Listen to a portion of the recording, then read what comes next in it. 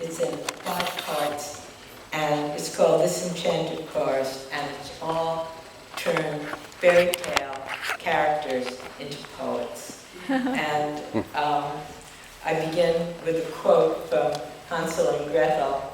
Now it's time for us to go. We must get out of this enchanted forest. And the enchanted forest is poetry itself. So here, 1, Rumpelstiltskin.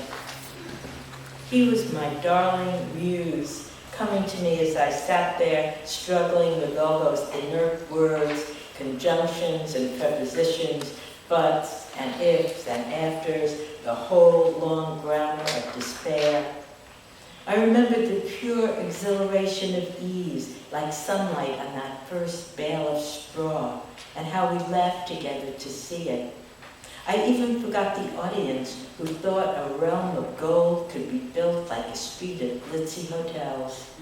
He taught me everything, and after I cheated him, I had to learn to live with silence again, the way the astronauts must learn to live in thinner air.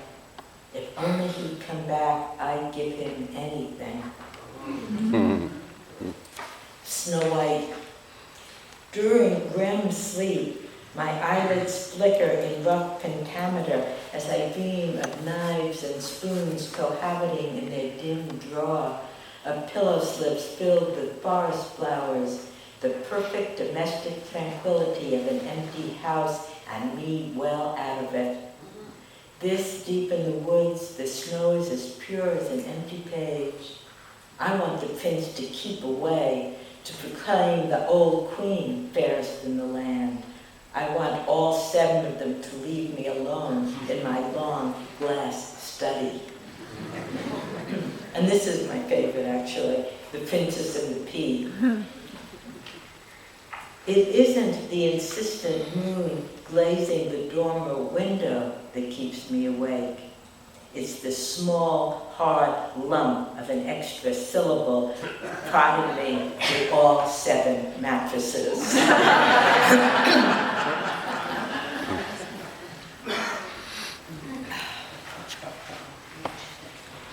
The elves and the shoemaker. They say imagination festers as you sleep, that only hard labor matters, the hammering of tack after gleaming tack. But temperament counts too, a mix of kindness with the usual despair. So when the smell of coffee rouses me each morning, I go down to a row of pages perfectly sized and metaphored.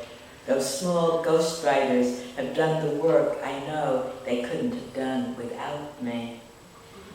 And finally, Gretel. And I start with another Hansel and Gretel quote. I'm looking back at my white kitten on the roof.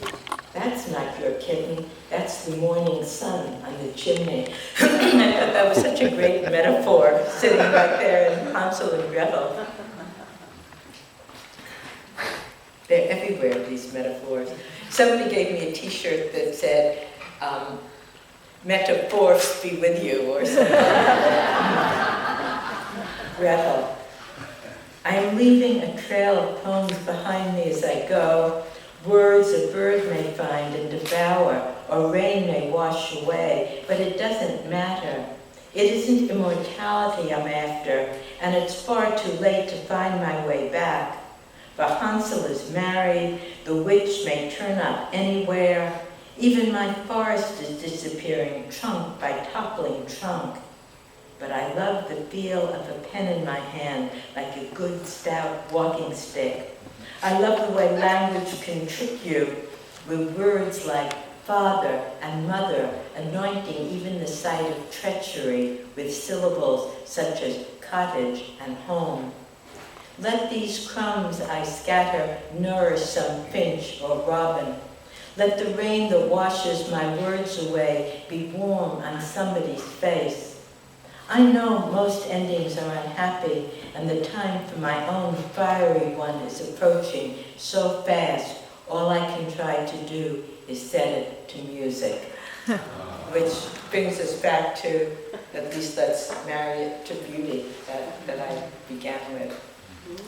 Okay, we have almost 10 minutes, so I'd be happy to talk about anything you guys wanted to ask about any particular poem. I mean, I can go on reading forever. Yeah. Your poem, An Early Afterlife, Yeah. you make reference to On the Beach. And Yeah. of course, maybe when you wrote that poem, more people would know what that movie was. It was actually on TV. Oh, yeah? Last month on the beach, that movie.